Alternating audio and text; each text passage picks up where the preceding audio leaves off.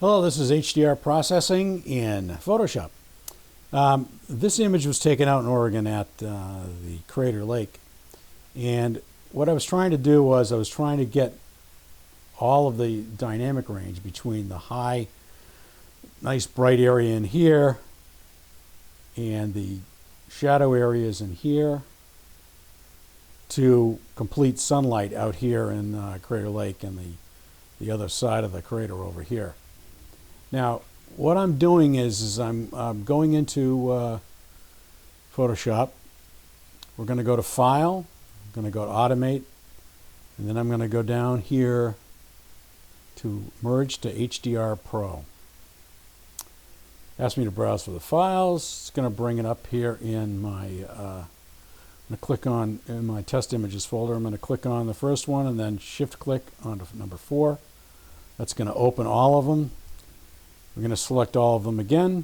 You're going here, OK. And it's going to take a long time for this to build because this is an old computer from 2009, which has been rebuilt once.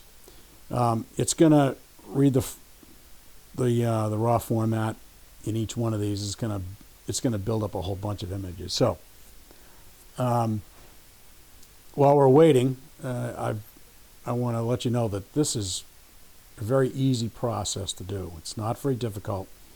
The hard part is in the photography. You really have to decide when you're making these images what you want to show. So in other words, if you have a dark area that you want to keep dark, that's fine. You don't need to expose for it. But if you want to make sure that it falls into a certain range of the dynamic range, in other words, if you're using the zone system, which is a zone 1 to zone 10. Zone 1 is black, zone 10 is white, and you want your shadows to fall into zone 3, then you want to make sure you expose for them. And then with the bright stuff, you want to make sure, which is at the other end of the zone system, which would be like 10 through 7 or 8, you want to make sure you also have an exposure for that. So in this image, I wanted to make sure I got the real bright stuff. So I made sure that I had an exposure just for that. And I wanted to make sure that I placed the shadow areas here into maybe a zone 3 or zone 4, and the really darker areas into a zone 2. So what I tried to do is I tried to make enough exposures that took all of that into account so that I could merge all of these into one and then be able to maybe mess with it a little bit later to come up with an HDR image that did not look too out of place. Because sometimes people have really gotten into going crazy with toning their images inside of different types of software that give you a crazy result. Now, I don't like any of that stuff, so what I try to do is I try to make sure that these HDR images represent what I saw when I was there. So that's what's going on here. It's putting them all together, and then we'll have a little bit to do to make it look the way we want. Maybe shut off some of the layers or whatever. But it's doing the blending floating selection. Don't ask me what that means because I don't know. But now it's going to end up cropping things a little bit, and it'll give me a final result somewhere along here. Come on. There you go. All right. Now you can see there's a lot of funkiness going on here. I don't really like any of that, so I want to try and get rid of it. Got some pink up here in the sky. No, I don't like that. I'm going to click on this plus 1.91. Gets rid of all that craziness going on there. That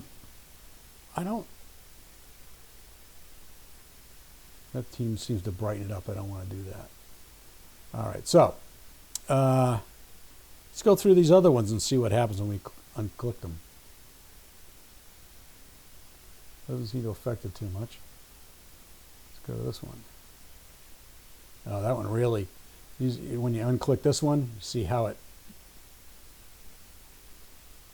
now it gets it a little bit brighter. Now, all I'm going to do is I'm just going to open it up just a little bit more, give it a little bit more brightness.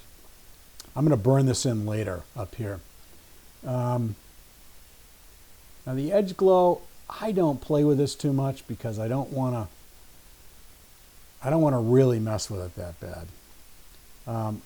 Thinking maybe might maybe open these shadows up a little bit.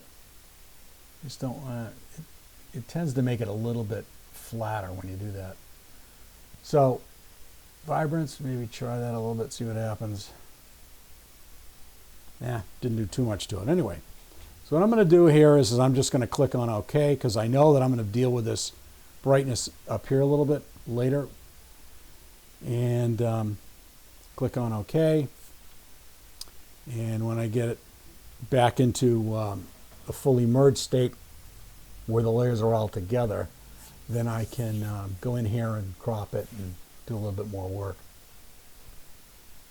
All right. This is the image. Where's the image? What's going on? Oh, this is the other image I got behind it. That's not good. All right, so now it's converting it over.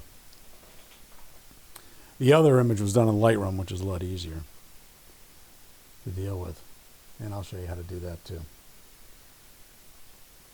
It just takes forever to get these, for this computer to work. It's using a size of 272 megabytes to work with. That's the problem. All right, it's coming around. All right, there we go. All right, let's do a little bit of cropping here.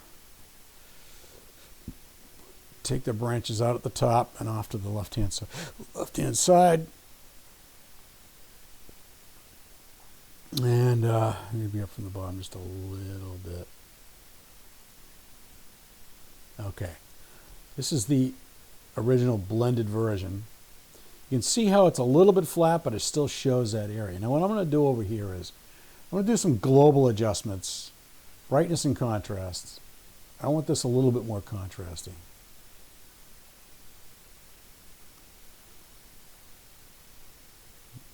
Bring it up a little bit more. Still isn't the way I want it, but anyway. Where are we? I'm going to go here to the, and I'm going to burn this top part in because it needs more.